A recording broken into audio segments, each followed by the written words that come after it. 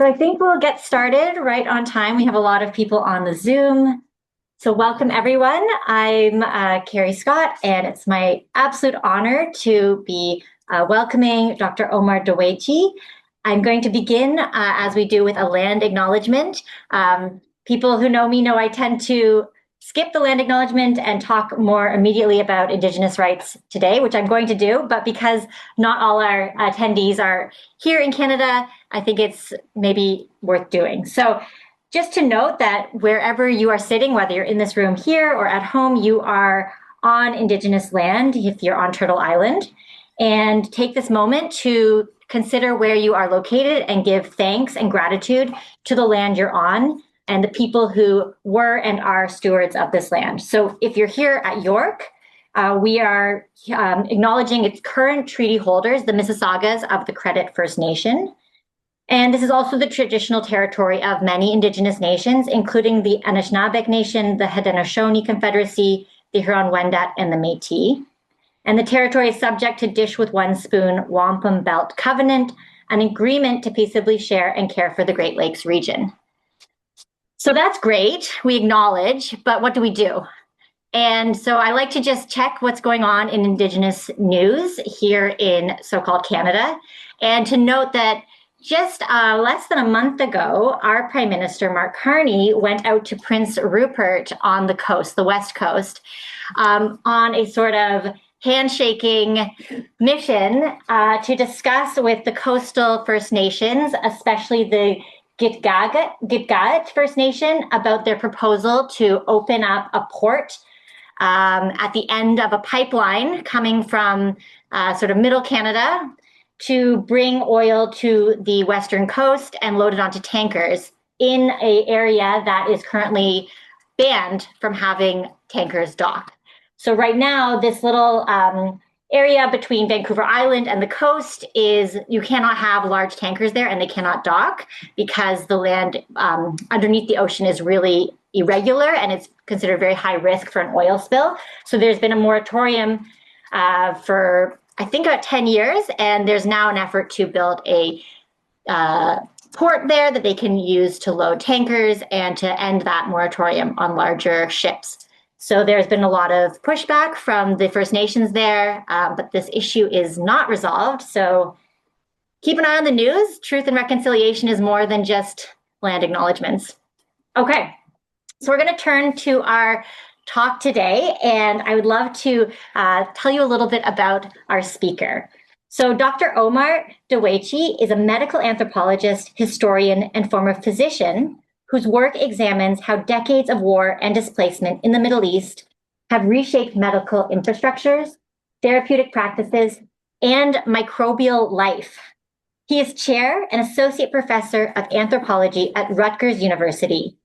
His scholarship bridges medical anthropology, global health, humanitarian studies, and the history of science, with publications in The Lancet, Global Public Health, and leading anthropology journals, as well as commentary featured in the New York Times Magazine, which many of us have read for this talk. Dr. Dawaichi is the author of Ungovernable Life and is completing his forthcoming book, Death of the Clinic, which traces the collapse and afterlives of medicine in conflict settings. His research informs global debates on health, conflict, and the futures of care. Thank you so much. Welcome. Thank you so much for this kind introduction and for inviting me. I just actually just before we started, I expressed my pleasure and gratitude to be speaking to a Canadian audience. I immigrated to Canada actually when I was a graduate student and lived there for a really long time before I moved back to the Middle East to have my first job.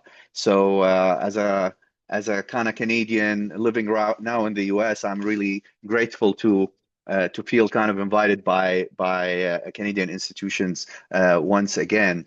So my talk today is called Afterlives of the Clinic, and it really tries to address a kind of a thematic that I'm trying to work with is what happens to medicine and to the to patients and to ecological kind of life in the wake of war. So in ways, a lot of the work I do, I'm trying to think about the ruination of health and healthcare and the kind of what kind of life emerges out of this context.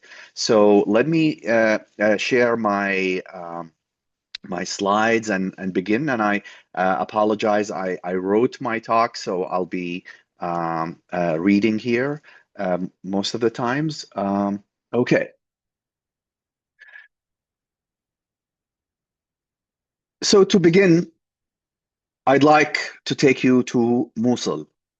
In 2023, I traveled to Mosul with my father. For him, it was a return to his birthplace, and for me, an opportunity to witness how deeply war's aftermath continue to reshape a city's medical life. Mosul is Iraq's second largest city, located here in the north of the country. It's long celebrated for its archaeological treasures, mosques, and architecture. It was also once one of the country's leading centers of medicine, home to a distinguished medical school, major teaching hospitals, and specialized clinics that drew patients from across Iraq and the north. When we drove across the city for the first time, it had been 6 years since the end of the war with ISIS, yet the scars of that conflict were everywhere. The heaviest destruction was concentrated on the right bank of the river in the old city, which what you're seeing right now. Entire neighborhoods had been reduced to rubble, millions of tons of debris that still mark that landscape. But the war left behind more than physical ruins. It also devastated the city's institutions, including its hospitals and clinics, reshaping the lives of those who depended on them. Nearly 70% of Mosul's healthcare infrastructure had been destroyed. Of the city's 13 public hospitals, only one remained functional in the immediate aftermath. Most primary healthcare centers collapsed or were left inoperable. Even years later, the system remained hollowed out, unable to meet the needs of a population struggling to rebuild the wounds of the city were still raw.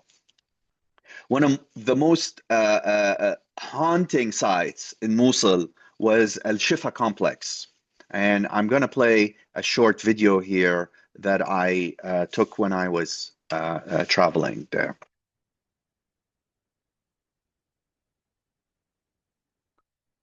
This is the entrance to the Al Shifa complex, which housed a huge hospital and the medical school and nursing schools and different units.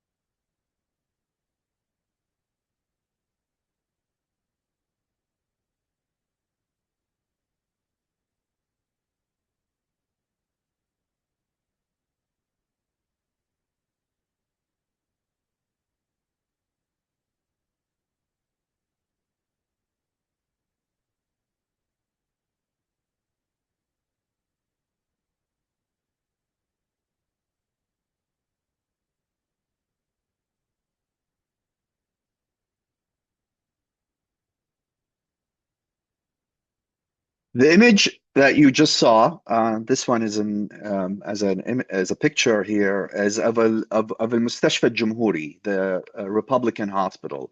This had been Iraq's second largest medical center after Medinat al-Tab in Baghdad, a hub of teaching, research, and specialized care, serving much of the north of Iraq and Mosul as the second largest city in the country. At the time of my visit, only the skeleton frame rose above the west bank of the Tigris. Um, Wards were gutted by fire, operating theaters shattered, corridors stripped to concrete. What had once embodied the promise of modern medicine in Mosul now stood as a hollow shell. Its collapse was more than a local tragedy. It marked the unraveling of a healthcare system that had once anchored the city, leaving doctors to improvise, patients who seek care elsewhere, and families to navigate survival without institutions meant to sustain life. And this is a satellite image of the complex before the liberation of the city, and this is how it looked like after the end of the war. The ruins of El Jumhuri are not only a reminder of war's violence against infrastructure, they are markers of how conflict reshaped the very conditions under which medicine can function. During that same visit, I was invited by Médecins Sans Frontières, Doctors Without Borders, to Al Wahda Hospital, where Iraqi and international doctors were running a reconstructive surgery program, one of the few humanitarian medical initiatives still operating in Mosul at the time. The hospital compound felt provisional, a cluster of prefabricated units improvised within a city still struggling to rebuild. From its gates, I could see Al Salam Hospital, once one of the Mosul's busiest medical centers, heavily damaged during the war and now undergoing reconstruction. As you see it in the background, that's the hospital being rebuilt. This is the hospital just after the end of the fighting. Al-Wahda reflected a longer trajectory of MSF's work in reconstructive surgery in the region, building on a model first established in Amman in 2006 at the height of the Iraq War. Over 2 decades, that program, the one in Amman, has treated patients from Iraq, Syria, and Yemen, responding to the unending afterlives of war injuries produced by the so-called war on terror. In a region where public hospitals have been systematically unmade by conflict, these humanitarian facilities, however limited their reach, take on a different significance. They become living archives of war, places where wounds are not only treated, but traced, compared, and carried across decades and borders. For me, the visit to Mosul was also part of a longer collaboration with MSF. Over the years, I have worked with their teams in Iraq, Lebanon, and Jordan, engaging with efforts to address the long-term consequences of war injury, to understand how regional contexts shape the wounds they encounter, and to grapple with the rise of antimicrobial resistance as one of the defining challenges of humanitarian medicine across the region today. Recent MSF reports had indicated that Mosul has among the highest rates of antimicrobial resistance in the region. Despite the lack of comparative data, this was an alarming finding, one that raised urgent questions. Inside the wards of MSF, I met Dr. Ali, a young Iraqi physician responsible for antimicrobial stewardship. His task was to monitor infection profiles, advise on antibiotic use, and guide surgeons through a therapeutic landscape where familiar rules no longer applied. He walked me through the quarantine rooms, small, sealed spaces where patients recovered from surgery. During the height of the ISIS war, these rooms were filled with blast injuries and sniper wounds. By 2023, the patients were different. Casualties of road accidents on broken streets, construction injuries from the rush to rebuild, and wounds from everyday labor in a city struggling to recover. On the surface, this looked like a story of recovery, people rebuilding homes and bridges and lives, yet beneath that surface, the legacies of war persisted. Open sewers cut through parts of the city.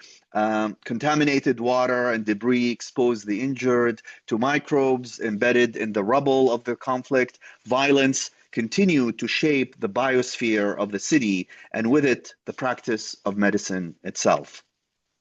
Al-Wahda did not represent Iraqi healthcare as a whole, of course. It functioned as a rare, intensively supported enclave, precisely what made certain dynamics visible here. Dr. Ali showed me the hospital cumulative antibiogram.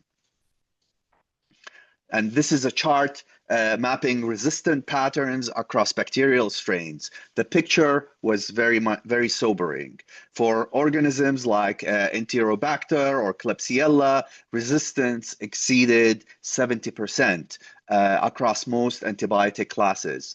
Proteus and E. coli showed similarly high resistance. Even Acinetobacter baumannii, though a smaller share of the isolates, proved resistant to nearly everything available. Only a few scattered green boxes remained. Even carbapenems, the so-called last resort drugs, were failing. This is our everyday reality, Dr. Ali told me. He explained that Al-Wahda was one of the very few hospitals in Mosul where antibiotic sensitivity testing was conducted systematically and where treatment decisions were routinely adjusted on the basis of laboratory results. Most other hospitals in the city and across Iraq more broadly did not work under such conditions.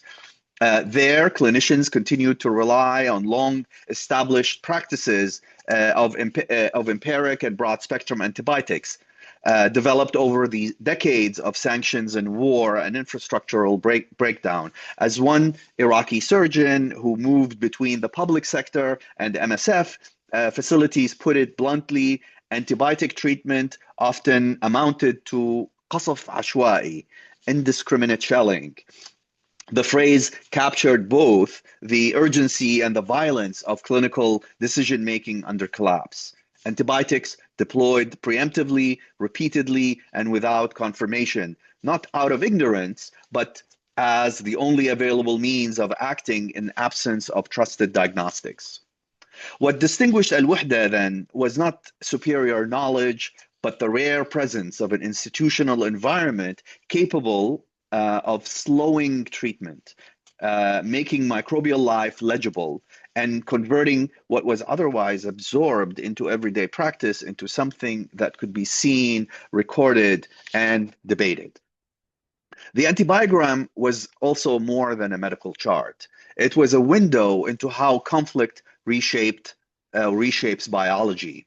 Wars in Iraq, Syria, and beyond have not only destroyed hospitals and displaced medical staff, they have produced environments in which drug-resistant microbes thrive. Crowded shelters, contaminated water, shrapnel-laced wounds, and disrupted systems of care converge to accelerate resistance. But just as important are the repetitive circuits of treatment that war creates. Patients move in and out of hospitals, clinics, and pharmacies, often returning with the same wounds or infections that were never fully resolved. Antibiotics are started, stopped, changed, and restarted across multiple encounters, frequently without coordination or documentation. In this context, the clinic itself becomes a site of exposure as well as care, a place where infection can be acquired, amplified, and redistributed. What the antibiogram captures then is not only microbial resistance in the abstract, but the biological imprint of a healthcare system defined by interruption, repetition, and risk. For more than a decade now, my colleagues and I have been arguing that war must be understood as a driver of antimicrobial resistance, not only because it damages healthcare infrastructure, but because it transforms the microbial landscape in which medicine takes place. To see how antimicrobial resistance become one of the afterlives of war, we need to follow not only microbes, but the circuits through which knowledge about them travels. During the early years of the US invasion, military hospitals, both in theater and later in the United States, began to report a striking pattern among wounded soldiers. A bacterium, Acinetobacter baumannii, appeared repeatedly in combat wounds, resistant to multiple classes of antibiotics. Previously treated as an opportunistic organism, it now presented as a formidable pathogen in war injuries. In the US, they began calling it Iraqibacter, a microbial signature, as they put it, of the Iraq War. In the US military and civilian hospital, Acinetobacter triggered alarms, surveillance, and new infection control regimes. It became an urgent epistemic object, named, tracked, sequenced, and analyzed in clinical reports and scientific journals. In laboratories, the war appeared quite literally in a petri dish and antibiograms. Yet there was also a form of active invisibility at work in how this problem was framed within US military medicine. Much of the early scientific and clinical attention focused on the presumed Iraqi environment as the source of contamination, on dust, on soil, and battlefield exposure, casting Acinetobacter as something external, local, and foreign. This literature also displaced responsibility onto Iraqi bodies, implicitly attributing risk to patients who remained hospitalized longer or moved between different care settings. While environment exposure was not irrelevant here, this framing obscured the ways in which the resistant infection was being produced within the war machine itself through aggressive prophylactic antibiotic use, prolonged intensive care, repeated surgical interventions, and the evacuation chains designed to reduce mortality by moving the wounded rapidly across the continent. And of course, if you look at some of these graphs produced by the US military, like this one, you see that in the early years of the war, the resistance was a much lower level. And as the war progressed, the resistance really increased, which actually almost points the fingers to the U.S. establishment or the hospitals or the triage units that were kind of at work in Iraq during the occupation. So in this sense, Iraqibacter was misrecognized as a problem imported from Iraq rather than a byproduct of these new technologies of survival, circulation, and care that defined contemporary warfare. What appeared as an environmental contamination was also the microbial trace of a medical system stretched across bases, aircrafts, and hospitals, a system that saved lives while simultaneously generating new forms of biological risk. In Iraq itself, however, the scene and this epistemic disjunct was manifesting in a different way. As a physician working in Iraq during the 1990s and later through my field research, I did not really encounter antimicrobial resistance as a named microbial problem. Iraqi doctors did not speak of Acinetobacter or Iraqibacter. What they encountered instead were infections that were becoming harder to control, wounds that failed to close, and patients dissatisfied with the recovery they expected at these hospitals. By the sanction era, as I previously mentioned, the use of antibiotics had already become routine clinical responses. A routine clinical response. Broad spectrum were prescribed preemptively and repeatedly, often without laboratory confirmation, not out of negligence, but necessity. Laboratories were unable or non-functional and the reagents were scarce, and diagnostic results could not be trusted. In the context, empirical treatment was not an exception, it was everyday medicine. After the 2003 invasion, these practices did not recede, they intensified. Civilian hospitals received unprecedented numbers of injured patients, blast wounds, gunshot injuries, crush injuries, and later the injuries of everyday life in a ruined environment. Surgical throughput increased, intensive care expanded, and antibiotics were used aggressively to prevent infections in overcrowded wards with limited infection control capacity. What had emerged under sanctions as the pragmatic adaptation became further entrenched under occupation and war. In this setting, infections were clearly worsening. Clinicians knew this. They spoke of recurrent infections, prolonged hospital stays, and diminishing therapeutic options, but without reliable diagnostic infrastructure. These observations could not be stabilized as a system level knowledge. What was lived daily as clinical deterioration did not easily become something that could be named, tracked, or aggregated. This was not a failure of medical expertise. It was the outcome of a healthcare system forced to operate without the infrastructures that makes diagnosis trustworthy and cumulative. The same biological process that appeared in US laboratories as a newly identified resistant pathogen appeared in Iraq as a chronic condition of care. Infections managed empirically, uncertainty absorbed into practice, and resistance emerging without being formally recognized.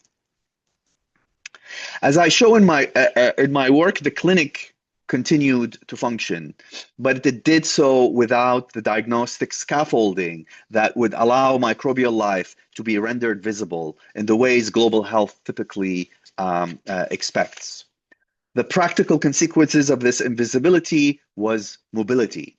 When diagnosis could not be stabilized locally, when diagnosis was not be stabilized, patients and families sought care elsewhere.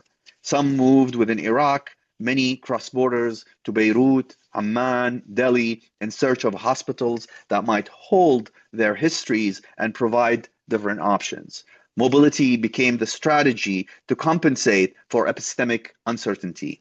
The hope that another clinic, another lab, another surgeon could make visible what their local systems could not.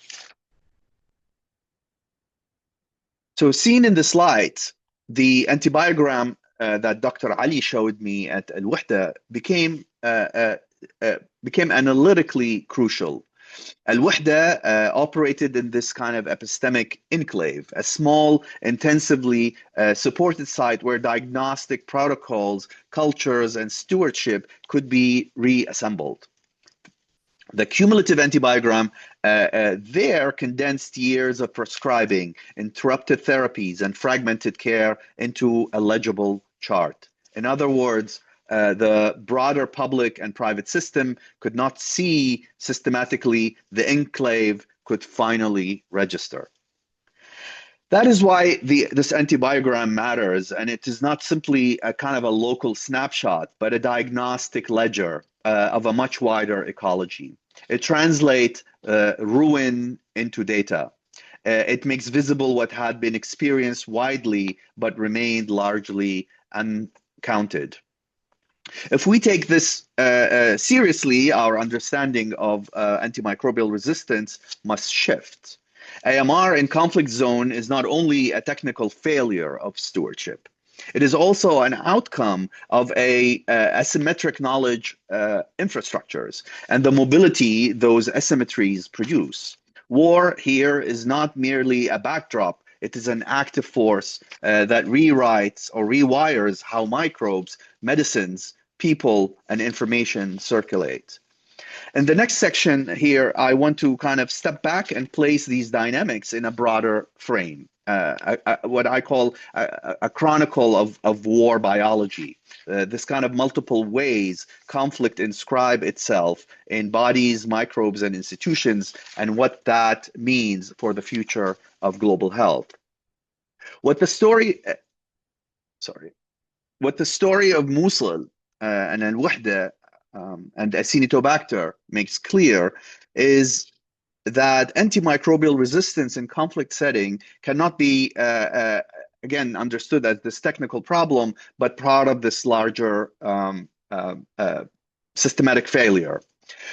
To make sense of this, I have been using this term, war biology. And by war biology, I mean the ways a prolonged conflict inscribed itself not only in bodies and wounds, but also in microbes, infrastructures, and the everyday ecologies in which medicine operate.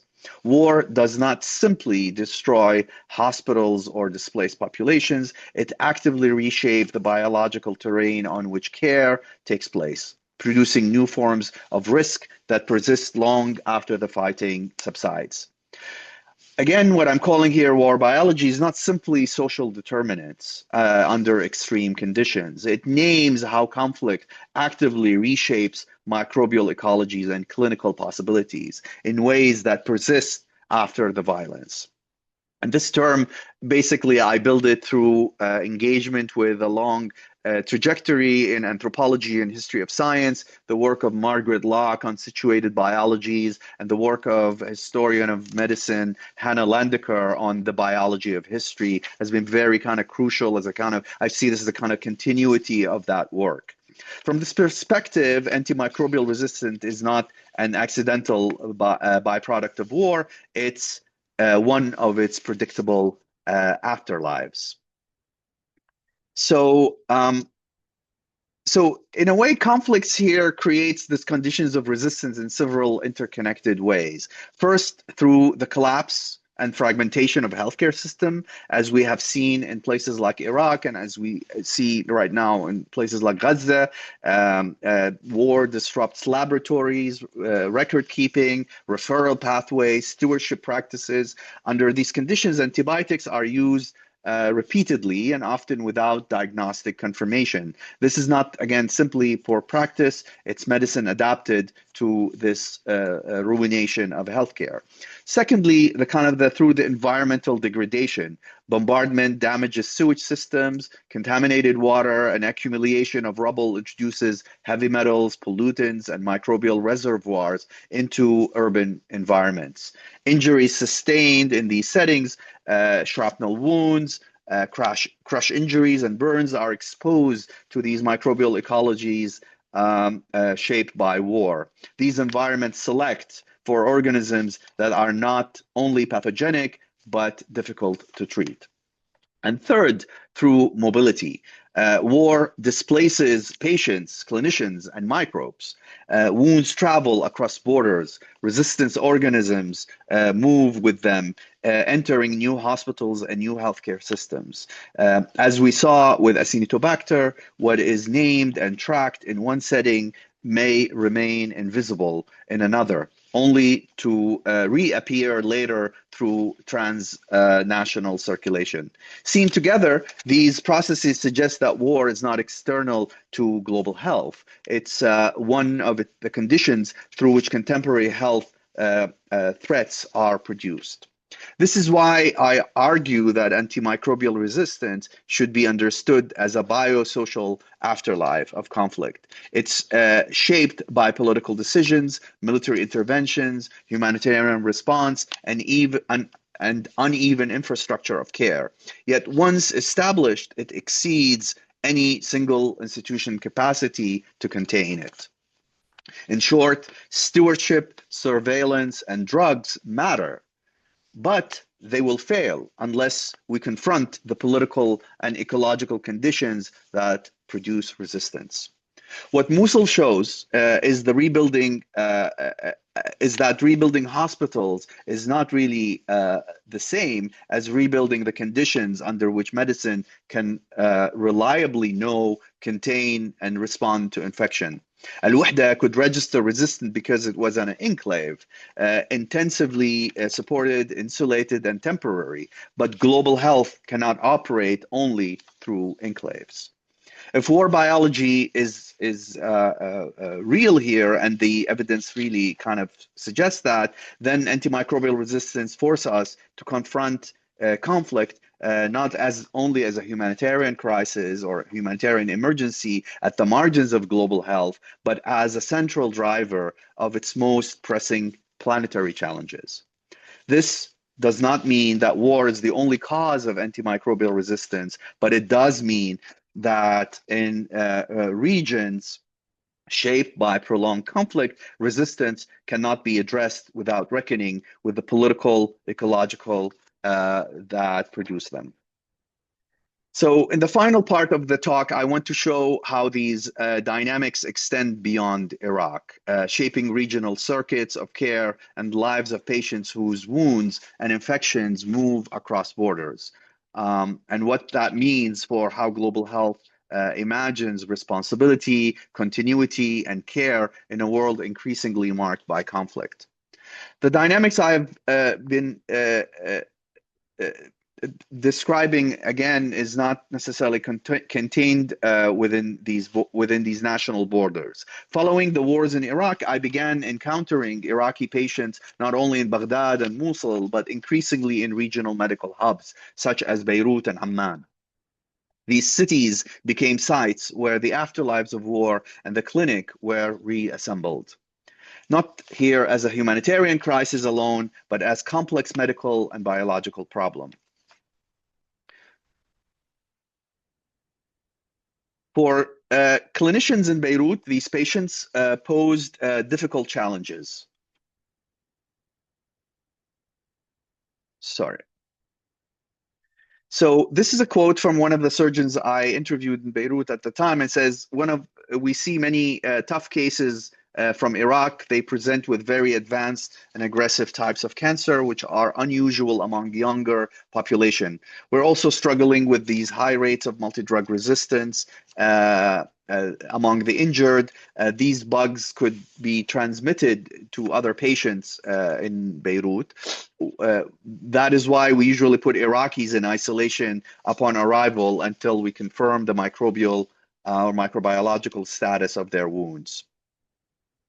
But these Iraqis also arrived with fractured medical histories. Records were incomplete or scattered. Treatment had been interrupted or repeated across multiple sites. Each new hospital often meant starting again, repeating tests, revisiting diagnosis, and renegotiating treatment plans. Surgeons often had no clear account of what what procedures had been attempted elsewhere.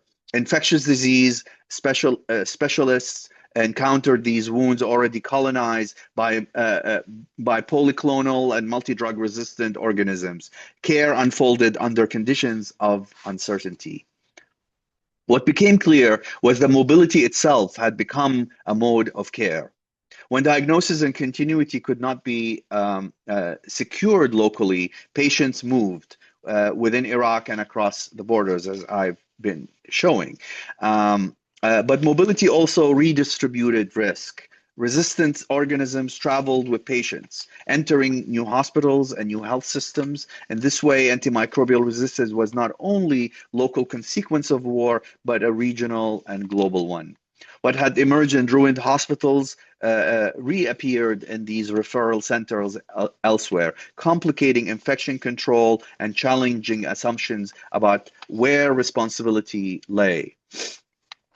This is a study that we did in Beirut looked at the outcome, the kind of MDR pathogens distribution among injured patients from 3 different countries, from Iraq, Syria, and Lebanon. And it was definitely the Iraqi cases were highest in this. Of course, it could be selective, but it just was a kind of an interesting snapshot into this story. So these cross-border flows expose a gap in how global health imagines systems and responsibility. In this sense, traveling wounds make visible the limits of existing global health frameworks. Surveillance systems struggle to follow patients across borders. Stewardship protocols are difficult to enforce when care is fragmented across multiple sites. responsibility for outcomes becomes diffuse. The wound itself becomes a kind of an archive, carrying traces of violence, microbial exposure, interrupted care, and institutional collapse. It records not only injury, but the histories of the systems that failed to contain it. Let me jump into my conclusion here. I want to conclude by returning to the idea that has framed this talk, the afterlives of the clinic. What the cases I've traced from Mosul to Al-Wahda to the movement of wounds and microbes across border make clear is that war does not simply destroy healthcare and then recede. It leaves actually behind enduring biological and institutional effects that continue to shape how medicine is practiced, how knowledge circulates, and how lives are sustained. Antimicrobial resistance is one of the most consequential of these afterlives. Seen from this perspective, AMR is not only, again, to kind of reiterate, is not this technical failure. It's a product of these long conflicts, broken laboratories, fragmented records, empirical prescribing.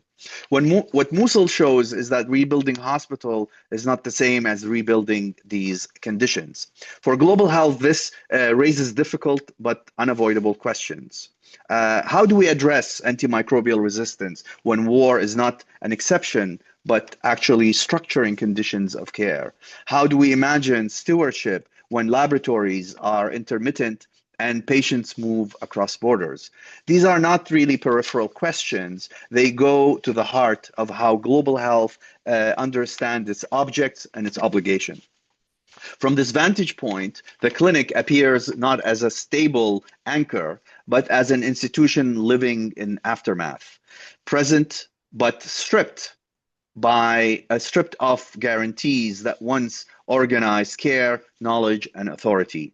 Medicine continues, often heroically, but under conditions it was not built for. If antimicrobial resistance is one of the defining challenges of global health today, then conflict must be understood as one of its central drivers and conditions, not simply because war damages infrastructure, but because of that kind of the way it reshapes biological and institutional ecologies. The afterlives of war are written in wounds that do not close, in microbes that resist treatment, and in clinics that struggle to hold care together. Reorganizing this does not offer easy solutions, but it does demand that global health reckon with conflicts not as a marginal concern, but as a constitutive condition of contemporary medicine. Thank you so much.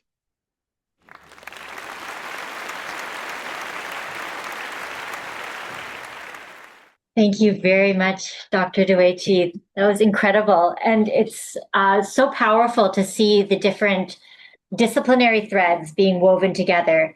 And just for those who are joining later, we're proud to host you as a group of different academics. So we're here in the Dadale Institute of Global Health, but we also have online Dr. Dasantila Golemi-Kotra, who is from biology, Department of Biology professor, and Dr. Sandra Widmer, who is from the Department of Anthropology, and both have brought their colleagues and students as well. So we're really in this room, so to speak, also trying to tie these different threads together to look at these problems that are facing all of us. So I want to make sure that we do have questions from a range of disciplines. Most of the people in this room are global health folks. I'm pretty sure online we have a lot more people from the other departments. So I want to make sure I can keep an eye on the chat. I'm not able to actually pull it up here. Maybe I can. There's nothing immediately, but I'll perfect. The screen. Okay. So I will, I have questions, but if I sort of survey the floor here, does anybody want to come in first with a reflection or a question? Yes. So quickly, it seems that the war on terror is in fact a terror war, right? And that you're talking about how you can look back and see the history of wounds. So is that similar to, you know, how they take an ice core or they look at the rings around a tree where you can use the past to predict the future? Is that fair? Well, I mean, that's a very, I think one needs to think about it as a metaphor first, Right. because it's not necessarily kind of a kind of a scientific method, let's say, to that can really tell us what happened before. But I think with new technology, what my colleagues and I, the microbiologist colleagues that we've been working with, what they've been trying to do is to generate a biobank of a lot of these bacteria, and through kind of phylogenetic analysis, try to understand what is the relationships of these clones and of these different resistance bacteria to each other, and that kind of gives you a little bit of a temporal relationship of transformation and evolution. I mean, it's a little bit. It's not something that can really reveal these things. There's a lot of limits of what you can really read through these kind of biological archives, but there is a kind of a possibility to think about the registration of that past into the present and into these wounds and into bodies, and not only that, but also inscribing this history of violence into bacterial life. So I'll give you a little bit of an example for that from context of Lebanon. When we started doing this work, no one was kind of really trying to think of the different ways that war gets kind of inscribed into bacteria. And one of the things that we realized back, like this was probably 10 years ago or 12 years ago, is that there is a lot of interesting literature that was documenting the emergence of AMR in through heavy metal contamination in the environment, for example. So and the bacteria was kind of that were isolated, showed what they call co-resistance. So basically, resistance to heavy metal in the environment translated to also resistance to pharmaceuticals in the hospital. So there has been attempts to try to really categorize this and understand it and figure out there's a way to trace these resistant properties to exposure. So is this coming from an exposure to antibiotics, or this has come from an exposure to environmental factors? So there's a kind of a work that's tried to document that, and through that you can really begin to try to understand, is it really the bombs in the environment that is causing some of these resistances to appear in the clinic, or is it really the clinic itself becomes a kind of a place where all this bacteria evolves. So there is now a bit more documentation, and also because also that period witnessed a kind of a major revolution in diagnostics. A lot of these diagnostics now are automated. There is much better genetic kind of analysis. So a lot of this technology has become available, but is yet to be, I would say, utilized to document that the kind of the metaphor of the tree.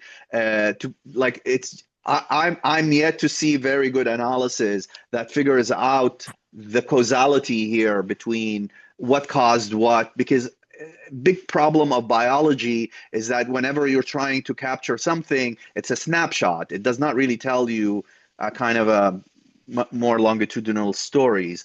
But I think one of the biggest role for us as anthropologists and people who are working have a kind of a different hats is a certain sense of witnessing for me. I feel like that has been what's driving a lot of the work that I do and others that they do, is what documenting the kind of the stories of injuries, documenting the wounds, documenting what happens to people's bodies, the repair, the care that comes with these injuries, really begins to tries to archive the stories of how people seek care and what happens to them, and the long and convoluted journeys of repair and of wound healing.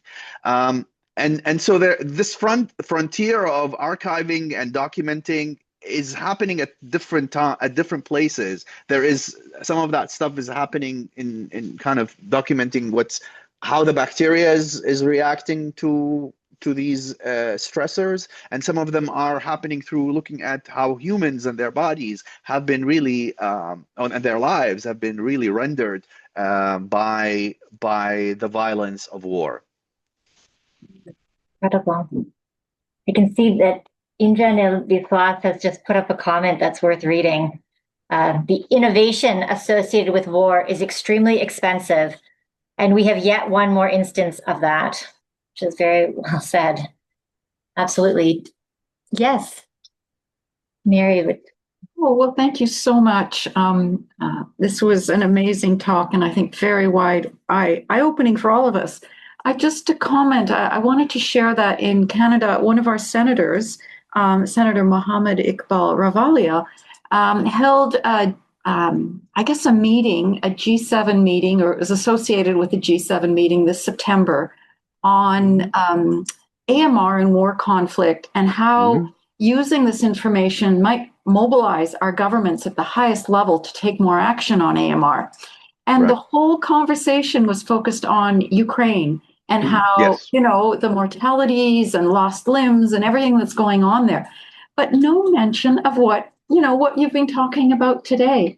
So I'm actually quite astounded, and I'm going to take your articles and share them with Professor Ravalia so that, there's much more going on that needs to be brought to these discussion forums. So thank you again. No, this is a great point, and anyone who follows the policy world like you are really kind of pays attention to this. When we started this work, we got turned down by all kinds of funding organizations because they just were not buying the idea of war as a kind of a driver. They were saying, well, AMR is just everywhere, so what makes war very exceptional? And literally it took the Ukraine war, the war in Ukraine, as the eye-opener to this for many reasons, I think. One reason, it's a war happening in the backyard of Europe, it's just not really something happening in the Middle East and somewhere away, although the anxiety about AMR began to seep into Western countries, especially in Europe, after the waves of migrants and refugees who entered Europe, especially from Syria. That's also when there was a little bit of anxiety and alarms about, what are these refugees are carrying with them and things like that.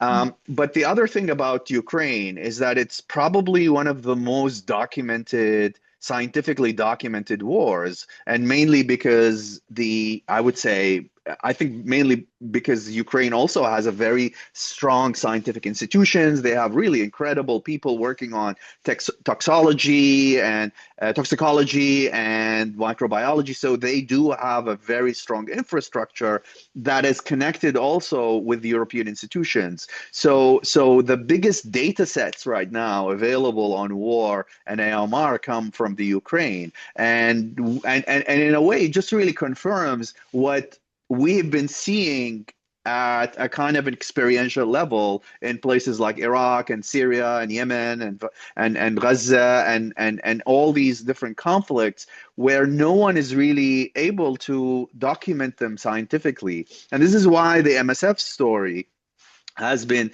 so incredible, because they have systematically documented this in Amman. In the Amman hospital, there are really amazing publications showing the kind of the level of AMR in some of these cases. And then, of course, in Mosul, there's also some publications, scientific publications on that. But and of course, in places like Beirut, where we were working, the labs over there now, my colleague Antoine Abou Fayyad, who's really almost this story changed his career. He was looking at he was looking at kind of new pharmaceuticals, and then suddenly, when he kind of all of this clicked in his head, he took on an entire new career, exploring this relationship between conflict and AMR. And we've been working since on documenting this. I'm more from kind of, it was also a kind of an interesting story where the anthropologist brought the problem to the biologists, because we were seeing it experientially on the ground, and I'm getting this thing from the doctors and from the patients. And when we began to systematically look at it, a lot of this stuff became very clear, and we opened this kind of Pandora box about the war and AMR. But until now, that being said, it is, and I have really good connections in Europe and in the UK. It is still, governments are not mobilized to think about this seriously. And I think, at the end of the day, war is for many countries, war is good for the economy, and war is a kind of a condition of this political system or political regime or political era that we live in. And unfortunately, we have to really reckon with all of its consequences. Thank you. Imran, maybe I will pass this down. Oh, you have an iPhone down there. Perfect. Cool. You have so much tech. Thank you so much. Dr. Imran Ali will. Yeah. Professor Alawachi, so much for this talk. You brought so many threads together here in an incredible way, and it's so illuminating and helps us to understand the crises that are emerging around the world that we're going to have to deal with and already are dealing with. So thank you so much for that. I wanted to just ask a question to follow up on the heavy metal work that you had done. What is the state of evidence around the actual chemistry of war making? So munitions, fuel, explosives, driving that kind of gene expression that is linked to AMR. I wonder what is the state of evidence as you understand it right now around that? Another question I had is, do we see the kind of story you see emerging in Mosul, which was preceded by 30 years of systematic degradation of multiple infrastructural and social systems by virtue of sanctions first and then invasion. In other contexts, like perhaps Ukraine, that weren't preceded by that kind of decade-long devastation, do we see the same trends in AMR emergence, or is there a different history that emerges because of the relationship between long-term degradation and acute conflict? And then finally, the final question I have is, who's going to be most concerned about this? You gave the story of Acinetobacter coming back and becoming Iraqibacter amongst military medics. Is it going to be the Departments of Defense and Ministries of Health in the countries that are prosecuting these wars that are going to be coming up with the next generation of treatments for these infections, because their soldiers will be the ones acquiring them as well? Mm-hmm. Mm-hmm. Mm-hmm. No, excellent questions, and I don't know if I can answer them fully, but I'll try. So with the heavy metal story, when we began to kind of do this work in 2012, 2013, the only literature available on the relationship between heavy metal and AMR was coming from industrial sites and agricultural sites. So kind of the heavy metals used in agriculture and the industrial leakages in the environment. When people were looking at that, they were finding bacteria that had become resistant to antimicrobials. And the mechanism of that is, at least in something like Acinetobacter, has to do with creating these efflux pumps. So the concentration of heavy metals in the environment becomes this kind of environmental stressor, and then that generates a kind of the need of adaptation, and the way to do that is to create these pumps on the wall of the cell that begins to kind of pump out a lot of these heavy metals. And this really, like asbestos, copper, everything. Like, you know, we thought like, oh, people were saying, oh, depleted uranium and things like, but it's just really basic heavy metal stuff, including copper, really in as it's kind of changes concentration in the environment, that triggers these evolutionary processes and reshapes how these cells react to these stressors. Now, these efflux pumps that pump, let's say, heavy metals, are the same efflux pumps that would eventually pump out an antibiotic in a hospital setting or in a home setting. So and this is called in biology, it's called co-resistance. So basically, resistance to one form causes resistance to another kind of. And then since then we did the kind of a systematic review about this, and that was a kind of a unique article. I don't think anyone has kind of written before a review on war, and in recent years, especially in the wake of the last couple of years war in Lebanon, my colleagues in Beirut have been documenting polyclonal mutations in some of these bacteria that are arriving into the hospital. So basically, they're trying to show that and this polyclonal only appears in this kind of acute phases of the bombardment, and they suddenly disappear after the bombing stops. So there's a kind of an ebb and flow also with that, which kind of maybe brings us back to these questions of acute and chronic. The issue in Ukraine really very similar portfolios to what we maybe see in Mosul and what we see in other places. When I speak to Ukrainian colleagues, they're just like, my God, this is like you're telling the story of what's happening in our ICUs. I would say the difference is that, and I don't know how the situation is in Ukraine. I really haven't really spent enough time to understand this. But in places like when there is something like Acinetobacter in an emergency room in I don't know in Ontario, the whole ward will close down. The ward will have to be sanitized and moved somewhere else. When I visited Iraq last year and visited the ICU, the newborn ICUs. They deal with this as an endemic problem. It's always there in the ICU. They cannot really kind of get rid of it, and they don't have the capacity to close down the ICU because they have a high number of patients. And now in Iraq, the Vitek machines and a lot of technologies have become more available. So there is diagnosis, there is a kind of sensitivity testing, but there is no escape from kind of catching the stuff every day in the clinic. So I think kind of what you're asking is what is kind of like in a very interesting philosophical way, or you're asking what is the kind of bacterial time in relationship to conflict time. Is long-term conflicts correspond with bacterial time? And I think that is really an interesting question to think with, because I think what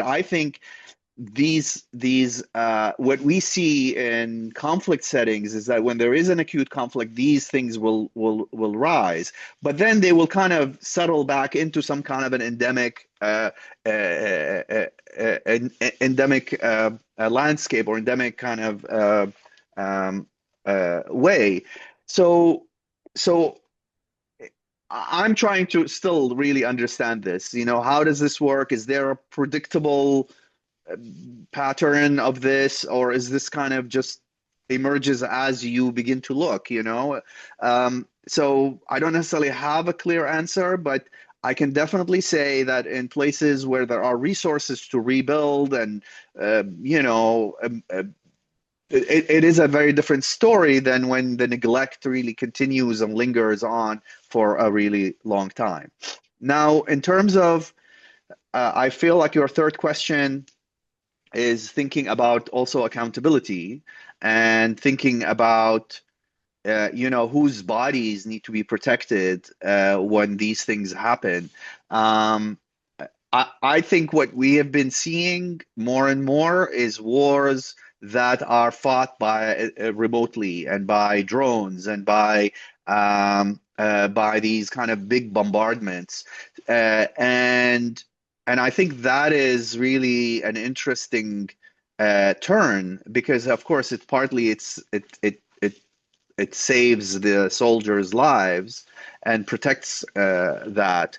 But at the same time, it makes that problem just more a local problem that, I don't think the military needs to think about anymore. And I think the Iraq War was a kind of an important story of how the threat of not only just about lives lost there, but it's about what kind of the consequences of that. I mean, there's a lot of stuff on PTSD and mental health and all of that, but then there is less about what really moves back with the soldiers back home and what comes to home to roost in the wake of these wars.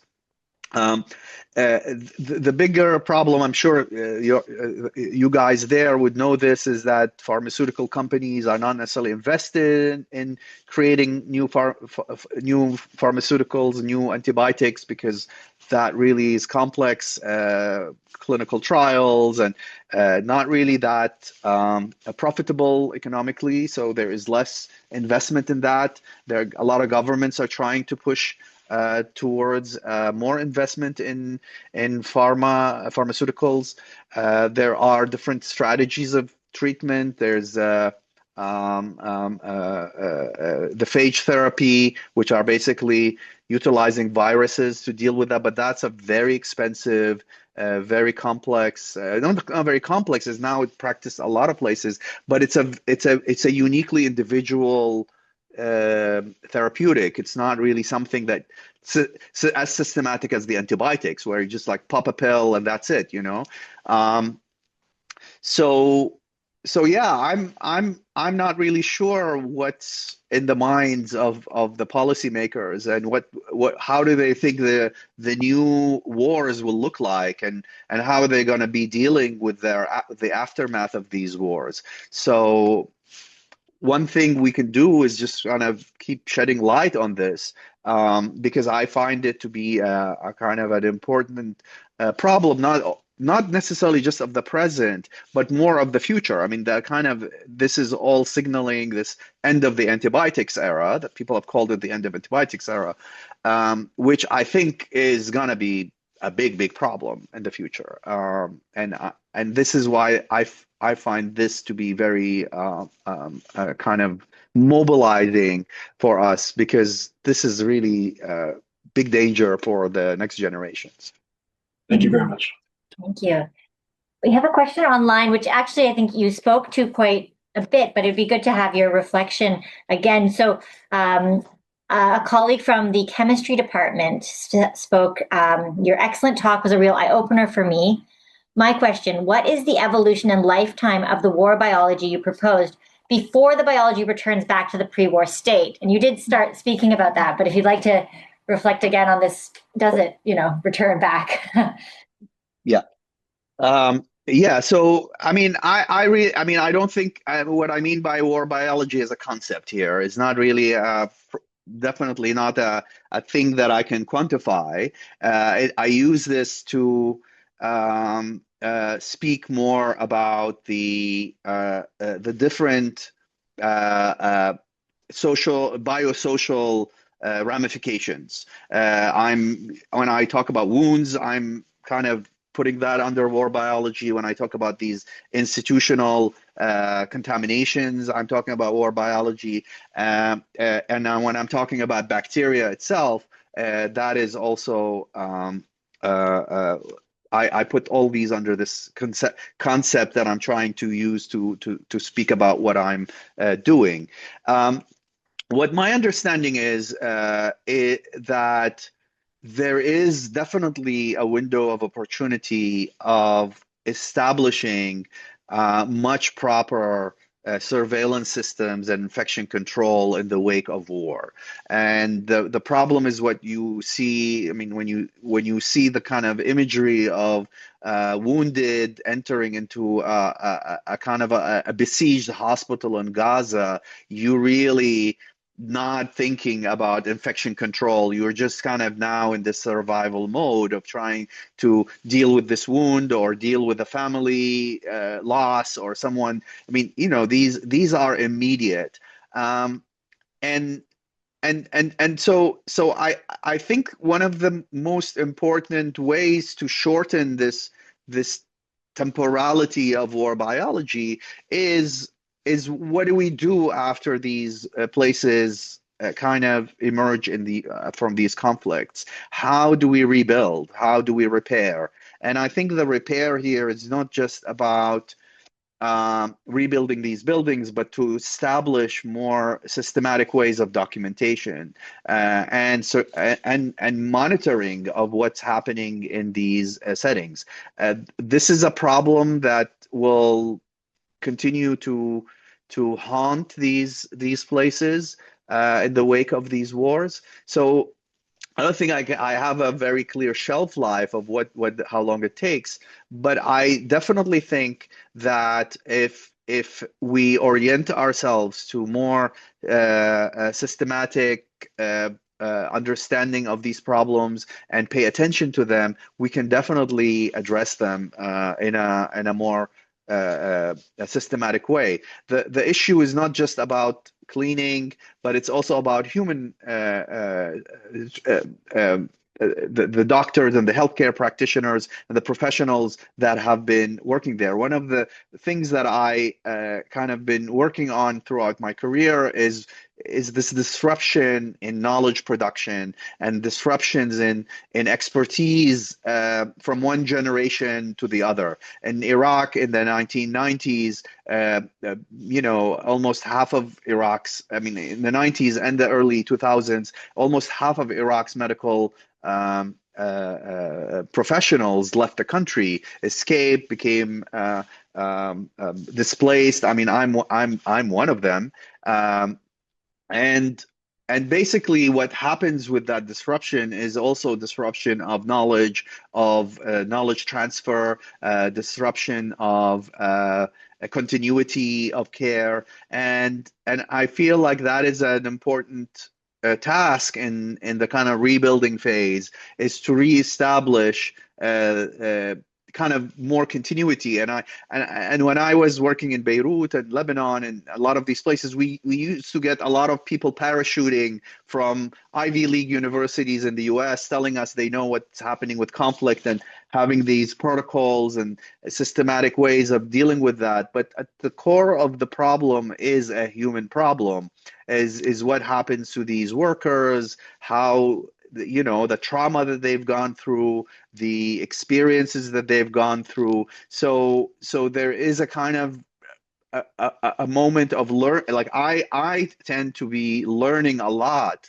from people who have gone through these experiences because I find that form of knowledge very telling about the human condition, about what happens to medicine in these settings. And in a way, medicine is never really a kind of just a universal practice. It's a very local practice, and it's something that also improvises a lot in many of these parts of the world. I've been dancing around your question because I don't have a clear answer to it, but I hope that kind of explains things a bit more, puts it in a better understanding framework. Absolutely. I might take the liberty of asking the final question. I don't see any other hands, so I'm going to jump in. Forgive me if it's kind of poorly phrased. This expression, like, none of us are free until all of us are free. I feel like a lot of what you're talking about with AMR is an embodiment of that concept. Like, none of us are safe until all of us are safe. These antimicrobial systems will find us wherever we go if we continue this, like, the war machine. But a part of me does worry about leveraging this knowledge as sort of another, I want to leverage this knowledge as another tool in the anti-war movement, and to get more people on side in ending the military industrial complex. But I could also see it being twisted in the way you also started touching on, which is instead of building human solidarity and building out this idea of collective liberation and safety, is instead it gives weight to cutting off the flow of support, ending refugee transfers, increasingly controlled populations through biometrics and arm's length, and of course remote war. So I'd love to hear your reflections on the two directions we could take with this knowledge. Yes, no, that's part of the big paradox, and every time we talk about this, we have to be so careful about. I mean, especially when there was this major migration or displacement of Syrians, when we were talking about this, we would start by kind of warning from stigmatizing these refugees as they come into places in Europe. We're not saying that these are like have the microbes, but I think acknowledging that the ruins of these wars are not just basically creating trying to eliminate terrorism or terror, but actually, as your colleague there said, they are kind of in a way opening up horrors and terrors that come to haunt you back. And I think that's kind of the story of the Iraqi Bacter, at least for me, is very powerful in that way. But I think kind of there is something about despite the fact that I don't necessarily think a lot of these issues can be solved through a legal framework, because I think that's what we saw, the failure of that, especially in wars conducted in the global South. But I feel one of the things that these arguments are doing is creating, in the Geneva Convention, you wage war, and you have to kind of limit civilian casualties. And of course, we realize that is really just a myth that we've been dwelling in. However, if we kind of take that seriously and in a more kind of abstract way, the question for us is then, what does it mean to wage war, knowing that something like AMR is going to be a kind of a certainty that will emerge, and that the casualties, the collateral of that war is already known. It's already huge. It's already going to be changing. So I think the anti-war movement needs to be kind of doing the work through multiple registers, through the international human legal system, through the work that some of your parliamentary people are trying to do, some of the activists, some of the scientists. I think that is really it's really imperative to work on these different frontiers. Now, that being said, we are in a world where truth and science and all of that is just really doesn't mean anything when a president comes out and say whatever they want, and that's seen as truth. I mean, what's happening right now in Minnesota, for example, you see public execution in front of you, and you would call that a domestic terrorism. And so we are in a very weird time, I guess, where to what extent this information is going to be able to change things. But I feel like we can't stop hoping that the work that we do can be have a meaning beyond these kind of just scientific conversations, and one day it will kind of register somewhere. Yeah. So I don't know if that answers, but I'm in Arabic we have a term called al-mutasha'il. Is basically translated to the pessimist. I'm pessimistic in my optimism and optimistic in my pessimism. So that's kind of where I stand on this. That's a perfect phrase for our times. Dr. Duechi, thank you so much. Thank you. Thank you so much.